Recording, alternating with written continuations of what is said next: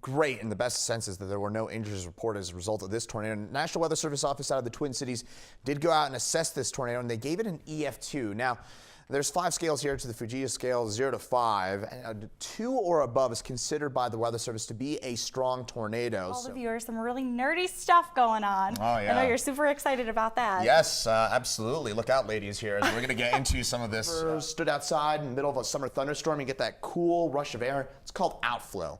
And those winds, sometimes when they collide, they create some low-level twists. There's a bunch of different factors that go in. But in Colorado, because the elevation increases, you often get these kinds of tornadoes that tend to be a little bit potentially historic blizzard on the way for the Beltway region, Washington, D.C., Baltimore. You could be buried by 2 feet of snow by the time we head towards the back half of the week. Radar, it's really out in the Delmarva Peninsula, Cape May, south towards the Norfolk Tide area, the Outer Banks of North Carolina. And as quickly as this arrives, this is going to be on out of here by the time we head 1, 2 in the morning. This is done for you. Thanks for joining us here on Weather Nation. Absolutely incredible. There's another look at that tornado in Litchfield, Minnesota. This from back on your Monday. Our own John Van Pelt has more on not only this tornado, but other ones that touched down in Minnesota. The way to tell is this.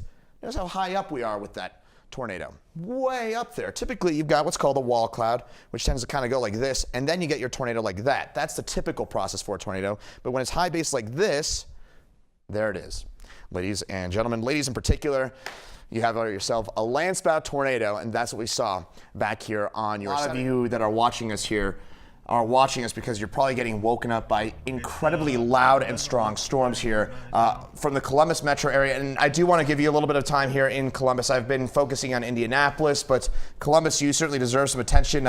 Franklin County, which of course does include you in the city of Columbus, you are under a severe thunderstorm warning at this point. It's the north side of the city, mostly north and east of the 270 loop out by the airport. And as you head north towards Westerville and you're getting up towards the Dublin area, Worthington, where you are seeing some very nasty storms. And notice all those dots here, Joel. I mean, this is just tons and tons of lightning that's making its way through. And notice how it's slowly sliding south here into the city itself. And I also want to give a little attention here to Dayton, Ohio, because here in Dayton, we've got a nasty line of storms, and we're going to be seeing some big-time winds. Bottom right-hand side of your screen, what you're taking a look at is likely tornado damage from earlier on today. We'll have more on that here in our next segment. This is in central Illinois. This, what we understand to be a canopy over a gas station has been flipped up. In fact, it's pretty evident there, and we had a tornado that made its way through. In fact, again, give us a few minutes, and we'll show you the footage from this, because it's truly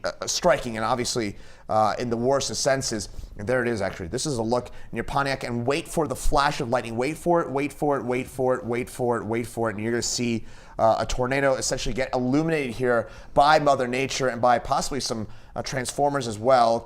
There you go. There it is. I'm a little concerned here about Dayton, Ohio here. In the next hour, we're going to see some very potent storms make their way into your neck of the woods here. And notice how we do have this somewhat of a bowing feature. That is that kind of curvature out ahead. That's the wind so strong. They're blowing, the tops of the storms essentially are blowing these winds so strong here at the surface that it's extending out. And Dayton, it looks like these storms are going to put this into motion for you. And watch these storms as they start to get more of that kind of linear and bow-like shape to them. They're kind of disorganized, and they start to cluster together and slide their way off towards the south and east. And Dayton, these storms will be in your metro area here, northwest side, likely within the next half hour. Downtown city, at the most an hour, probably closer to 45 minutes. So that is certainly something to keep in mind. Indianapolis, we're okay for now, but look off to your north and west, up 65. Another round of storms for Tippecanoe County up there in Lafayette, where you already had some 100-mile-an-hour wind gusts. So it is a nasty, nasty night out there. We're going to have more for you here on Weather Nation. We're in a warning in place here for 2 counties here in North Texas, Throckmorton and Baylor counties. And Baylor County, just take it out of that.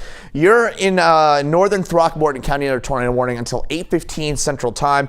And there you go, that little circle there, that's the barren appendage indicating your low-level rotation. This is radar indicated at this point. There hasn't been any ground confirmation, but a tornado may be imminent, or is in fact at this point likely imminent with this storm as it makes its way through the north central part of Texas. That's Wichita Falls. For reference for you again. This goes until 8:15 Central Time. Go ahead and take a look at the velocity and some of the signatures that we're possibly seeing with this storm. Your greens, your reds, where they come together is where we have that possible tornado. We are seeing some decent inflow, pretty well-developed storm at this point. And on the north side, you are looking at a big-time hailer out this way. But here at Weather Nation, our big story all day long has been across the southeast, where Tropical Depression Bonnie continues to turn its way through the southeast corner of the United States. And in fact, let's go ahead here and show you what we're talking about in terms of the flood potential, as Bonnie really, wind-wise, hasn't been of major concern here. We're not looking for any big-time winds. We haven't seen a whole lot of that, but we have seen this. Lots of rain and flooding, 9 to 10 inches in some very localized areas in far southern parts of the Palmetto State of South Carolina. Ridgeland, South Carolina, that's in Jasper County. This is, I'll show you in proximity here in just a second. It's right along that Georgia and South Carolina line where you've seen that, those water-covered roadways. Remember, you come up to a water-covered roadway, turn around, don't drown. That is, of course, the motto that we desperately need to be adhering to across South Carolina. Myrtle Beach, so far, frankly, so good.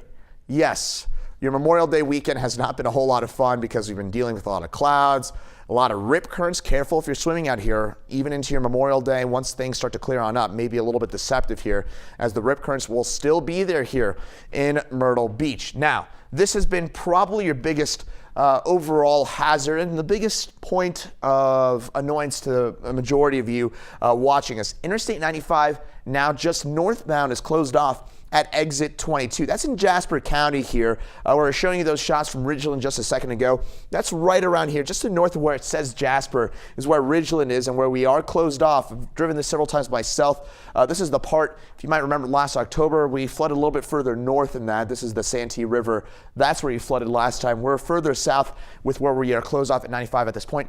Southbound now, both lanes are open. Last time you were watching us here, Weather Nation, we were talking about how both southbound had only one lane open. Both lanes closed now, or open, I should say, southbound here on I-95 in Jasper County. So at this point, Jeremy, it does look like we are still seeing more in the way of some of that kind of flooding rainfall here across the Carolinas. But as we head over the next few days, the big concern with our storm is going to be the slow-moving nature here of Bonnie, as even though it weakens, the winds, again, not the big concern with the storm.